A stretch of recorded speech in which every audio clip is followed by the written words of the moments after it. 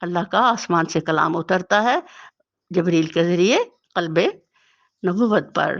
اسے زبردست قوت والے نے تعلیم دی ہے جو بڑا صاحب حکمت ہے. سبحان اللہ. اللہ تعالیٰ فرما رہے ہیں میں زبردست قوت والا ہوں، میں ابھی تمہیں پکڑ کروں تو تمہیں ختم کر سکتا ہوں، لیکن سبحان اللہ بڑا صاحب حکمت ہوں، کیونکہ بہت جلد اللہ کی حکمت کے تحت اسی کافروں میں سے بہت بڑے بڑی شخصیات نکلنے والی تھی. بڑے بڑے وہ نکلنے والے تھے مومن، اور وہ ایسے ایسے صحابہ جنہوں نے اس سچے دین کی خدمت کرنا تھی. تو اللہ اسی انتظار میں یہ اللہ اکبر ان لوگوں کو مہلت دے رہے ہیں. وہ سامنے آ کھڑا ہوا جبکہ وہ بالائے افق پر تھا. اب یہ بالائی افق پر جب آپ وہ دیکھتے ہیں، یہ بھی جو میں نے بتایا انٹروڈکشن میں، وہ واقعہ اللہ یہاں بیان فرما رہے ہیں. پھر قریب آیا اور اوپر معلق ہو گیا، یہاں تک کہ 2 کمانوں کے برابر یا اس سے کچھ کم فاصلہ رہ گیا. جب اس نے اللہ کے بندے کو وحی پہنچائی جو وحی بھی اسے پہنچانی تھی، نظر نے جو کچھ دیکھا، دل نے اس میں جھوٹ نہ ملایا. اب کیا تم اس چیز پر اس سے جھگڑتے ہو جسے وہ آنکھوں سے دیکھتا ہے؟ اللہ اکبر کبیرہ. اب نبی کریم صلی اللہ علیہ وسلم عین الحق، آنکھوں کا دیکھنا، جو چیز آپ آنکھ سے دیکھ لیں، اب اس کے لیے آپ کو پوری دنیا بھی چلائے یا کچھ بھی کرے، آپ کبھی اس سے باز آ نہیں سکتے کیونکہ آپ نے دیکھا ہے وہ. تو حضور صلی اللہ علیہ وسلم کے آنکھوں سے سب کچھ دیکھ رہے تھے، اس لیے جھٹلانے کا جو ان کا سارا پریشر تھا اس کو برداشت کرنے کے لیے تیار تھے کہ میں سچ کہہ رہا ہوں اور میں نے آنکھوں سے یہ سارا کچھ دیکھا ہے. تو اللہ تعالیٰ فرما رہے اور ایک دفعہ پھر اس نے سدرۃ المنتہا کے پاس اس کو اترتے دیکھا. سدرہ کہتے ہیں بیری کو، منتہا کہتے ہیں آخر، یعنی وہ بیری جو اخیر حصے میں موجود ہے، یہاں جہاں پاس ہی جنت المأویٰ ہے. اس وقت سدرہ پر چھا رہا تھا جو کچھ کے چھا رہا تھا. نگاہ نہ چندھائی نہ حد سے تجاوز ہوئی اور اس نے اپنے رب کی بڑی بڑی نشانیاں دیکھیں. اب یہ دیکھو اللہ تعالیٰ کے دربار میں اتنی تعظیم، اتنا ادب اور انتہا تعریف اللہ فرما رہے ہیں کہ نبی صلی اللہ علیہ وسلم جب معراج شریف پڑھ جاتے ہیں اور اللہ تعالیٰ ان کو یہ وہ دنیا دکھاتے ہیں جس سے پہلے کسی نے دیکھی نہیں تھی، تو نبی کریم صلی اللہ علیہ وسلم کی نگاہ میں بھی اللہ نے ایک نور کی قوت ڈال دی، جس سے حضور نے وہ جو نورانی دنیا کا سسٹم دیکھا تو اس میں حضور کی نگاہ چندھیائی نہیں. جیسے موسیٰ نے اللہ کو دیکھا، اللہ کے نور کو، تو سبحان اللہ وہ بے ہوش ہو گئے. نبی کریم صلی اللہ علیہ وسلم کی شان اقدس میں اللہ تعالیٰ فرما رہے تعریف فرما رہے ہیں کہ میرے نبی صلی اللہ علیہ وسلم نے جب وہ دنیا دیکھی جو نور سے بھری ہوئی تھی تو نہ آنکھیں چندھیائیں اور نہ آنکھوں نے کچھ اس جو اللہ تعالیٰ جتنا دکھانا چاہتا تھا اس سے تجاوز کرنے کی کوشش کی. اللہ اکبر. یہ ادب و تعظیم کی انتہا کا اللہ نے اشارہ دیا ہے. یعنی ہمیں اپنی آنکھوں پر اتنا کنٹرول ہونا چاہیے کہ ہم اپنے ان کو حدود میں رکھیں، تو یہ بہت بڑی بات ہے. تو کسی ہستی کے دربار میں جب انسان جاتا ہے وہاں اور آداب کا خیال رکھنا تو بڑی بات، آنکھوں تک کے آداب کا خیال کرنے کی نبی صلی اللہ علیہ وسلم نے حد فرما دی. تو قرآن میں اللہ نے ان کے پورے جو ایکشن تھے، اس وقت کے ایکسپریشن تھے، وہ سارے قرآن میں کوٹ کر ڈالے کہ میرے نبی کا یہ اس وقت تھا ادب کا معیار، اور اس نے اپنے رب کی بڑی بڑی نشانیاں دیکھی. سبحان اللہ. اللہ نے اتنا سٹیمنا حضور صلی اللہ علیہ وسلم کے اندر پیدا کر دیا کہ خدا کی وہ چیزیں جو آج تک کسی نے دیکھی نہیں تھی، سبحان اللہ، ان سب کو دیکھا اور جذب کیا. اب ذرا بتاؤ تم نے کبھی اس لات اور عزیٰ اور تیسری ایک دیوی منات کی حقیقت پر بھی کچھ غور کیا ہے؟ کیا بیٹے تمہارے لیے ہیں اور بیٹیاں خدا کے لیے؟ یہ تو پھر بڑی دھاندلی کی تقسیم ہوئی. یہ اللہ طنز سے بات کر رہے ہیں. انسان کی کیا اوقات ہے وہ تقسیم کرے اپنے اور رب کے درمیان، ایک عبد اور ایک آقا کے درمیان. عبد کو، دنیا کے کسی عبد کو یہ جرت نہیں کہ وہ کسی چیز کو اپنے اور اپنے مالک کے درمیان تقسیم کرے، تو کیا رب کائنات کے سامنے اور اس حقیر غلام کے سامنے. تو اللہ تعالیٰ ترجیح فرما رہے ہیں کہ یہ تو بڑی دھاندلی کی تقسیم کر رہے ہو. اپنے لیے کہتے ہو میرے لیے بیٹے ہی ہوں جو دنیا کی زینت ہے، بیٹی آ جائے تمہاری سروں پہ کلوش آ جاتی ہے. تو اللہ کو کہتے ہیں اس کے لیے بیٹیاں ہوں. اللہ اکبر کبیرہ. انسان کی نادانی پر اللہ طنز فرما رہے ہیں. دراصل یہ کچھ نہیں ہے مگر بس چند نام جو تم نے اور تمہارے باپ دادا نے رکھ لیے ہیں، اللہ نے ان کے لیے کوئی سند نازل نہیں کی۔ حقیقت یہ ہے کہ لوگ محض وہم و گمان کی پیروی کر رہے ہیں اور خواہشات نفس کے مرید بنے ہوئے ہیں، حالانکہ ان کے رب کی طرف سے ان کے پاس ہدایت آ چکی ہے۔ کیا انسان جو کچھ چاہے اس کے لیے وہی حق ہے؟ دنیا اور آخرت کا مالک تو اللہ ہے۔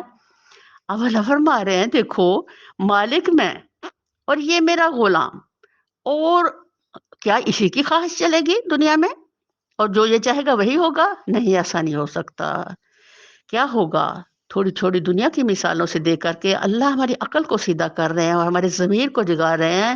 اگر دنیا میں پیچھے ہم نے دیکھا، اللہ تعالیٰ فرما رہے ہیں، کبھی ہوتا ہے کہ ایک غلام اور ایک مالک، غلام اور مالک جو ہے وہ کسی چیز کو اپنے اندر تقسیم کر لیں؟ کبھی ہوتا ہے؟ کبھی ایسا ہوا ہی نہیں ہے۔ تو پھر یہاں کیسے آ کے انسان کو پہنچا کہ وہ جو چاہے اللہ کو دے، جو چاہے خود خود رکھ لے؟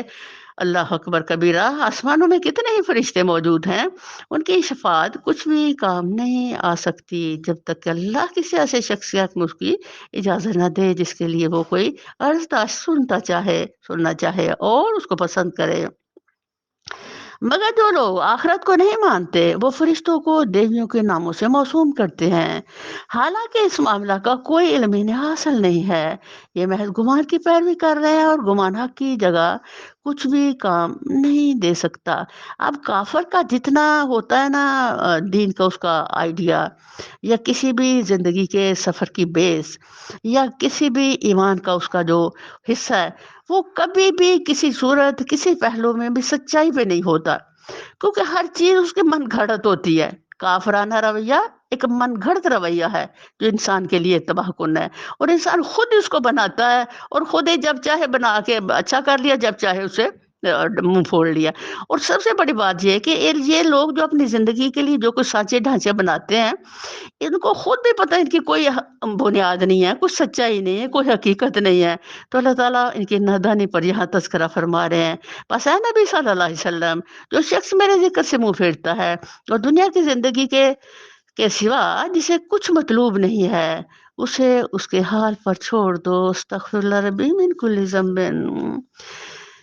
ہائے ہائے، جو حالوں پہ چھوڑ دیے گئے وہ تباہ و برباد ہو گئے۔ ان لوگوں کا مبلغ علم بس یہی کچھ ہے۔ یہ بات تیرا رب ہی زیادہ جانتا ہے کہ اس کے راستے سے کون بھٹک گیا ہے اور کون سیدھے راستے پر ہے۔ اور زمین اور آسمانوں کی ہر چیز کا مالک اللہ ہی ہے، تاکہ اللہ برائی کرنے والوں کو ان کے عمل کا بدلہ دے اور ان لوگوں کو اچھی جزا سے نوازے جنہوں نے نیک رویہ اختیار کیا ہے، جو بڑے بڑے گناہوں اور کھلے کھلے کبھی افعال سے پرہیز کرتے ہیں، الا یہ کہ کچھ قصور جس سے سرزد ہو جائے۔ بلا شبہ تیرے رب کا دامن مغفرت بہت وسیع ہے، وہ تمہیں اس وقت سے خوب جانتا ہے جب اس نے زمین سے تمہیں پیدا کیا اور جب تم اپنے ماؤں کے پیٹوں میں ابھی جنے نہیں تھے۔ پس اپنے نفس کی پاکی کے دعوے نہ کرو، وہی بہتر جانتا ہے کہ واقعی متقی کون ہے۔ اب سبحان اللہ، یہ دیکھیں اوپر اللہ کافر کا بے علمی، اس کی بے روی، اس کا بے وقوف ہونا، اس کا جاہل ہونا، خود اسی کی زندگی سے نکال نکال کے اللہ بتا رہے ہیں۔ اور اس کے برعکس اللہ تعالیٰ فرما رہے ہیں کچھ وہ بھی لوگ ہیں جو رحمان رحیم سے ڈرنے والے ہیں، ایمان والے ہیں، اللہ کے ساتھ ان کا رابطہ کیسا ہے، ان کو بھی اللہ کہہ رہے ہیں پس اپنے نفس کی پاکی کے دعوے نہ کرو، وہی بہتر جانتا ہے واقع متقی کون ہے۔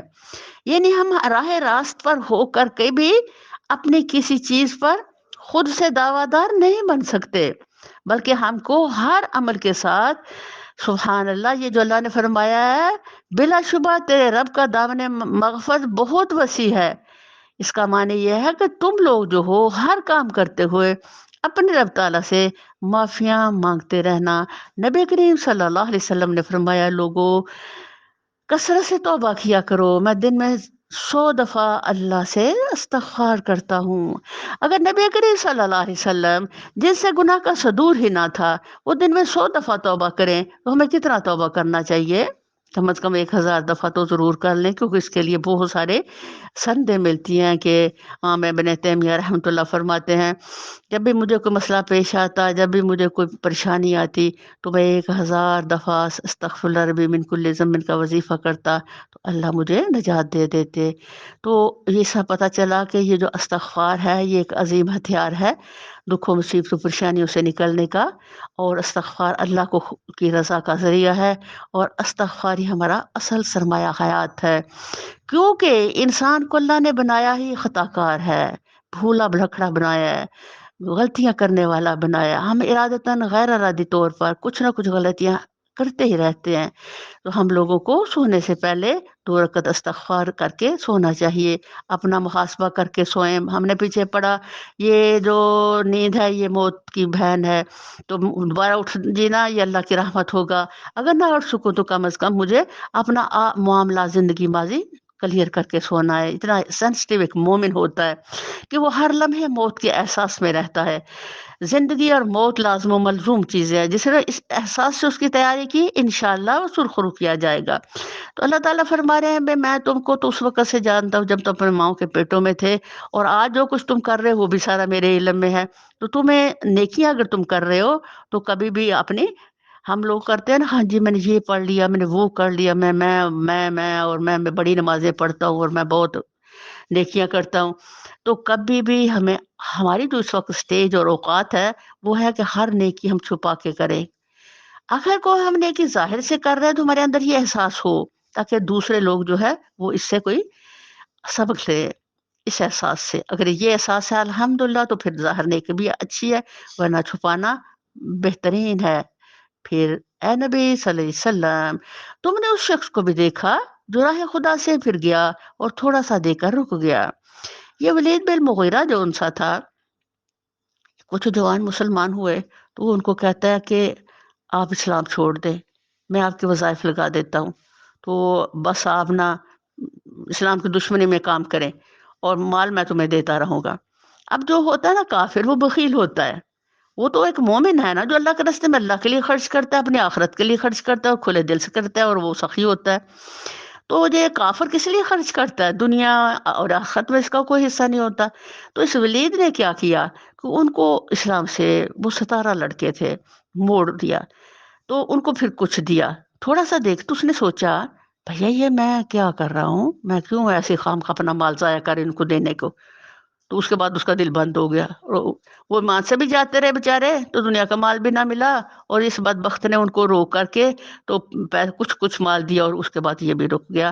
تو یہ جو اس طرح کے غلیظ لوگ ہوتے ہیں ان کے تذکرے اللہ اس قرآن کے اندر ایک ایگزامپل کے طور پر کرتے ہیں۔ کیا اس کے پاس غیب کا علم ہے کہ وہ حقیقت کو دیکھ رہا ہے؟ کیا اسے ان باتوں کی کوئی خبر نہیں پہنچی جو موسیٰ کے صحیفوں اور ابراہیم کے صحیفوں میں بیان ہوئی ہے؟ جس نے وفا کا حق ادا کر دیا۔ اب اللہ تعالیٰ ابراہیم کا فوراً یہاں اس لیے نام لے رہے ہیں کہ بھیا یہ ولید ابراہیم کو جانتا تھا، کعبۃ اللہ میں رہ رہا تھا، یہ یہاں کا باسی تھا، بالکل موسیٰ کی کہانی بھی اس کو پتہ تھی۔ تو اللہ فرما رہے ہیں وہ ابراہیم جس نے وفاؤں کا حق ادا کر دیا، تم کہتے ہو کہ ہم ان کے دین پر ہیں، لیکن تمہاری اوقات اور حیثیت دیکھو کہ تم بالکل اس کے دین کے اگینسٹ کام کر رہے۔ تو اللہ یہاں مثال سے ابراہیم کی سے ان کے ضمیر کو جگانا چاہ رہے ہیں، یہ کہ کوئی بوجھ اٹھانے والا دوسرے کا بوجھ نہیں اٹھائے گا، اور یہ ایک انسان کے لیے کچھ نہیں ہے مگر وہ جس کی اس نے صحیح کی۔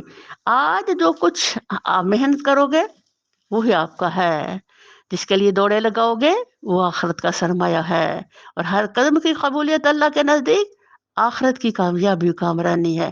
یہی قدم جو آج قرآن کے لیے سفر کر رہے ہیں، یہ قدم انشاءاللہ اللہ تعالیٰ ان کو برکت دے گا، قبول کرے گا، یہ جنت کے لیے سفر کریں گے انشاءاللہ۔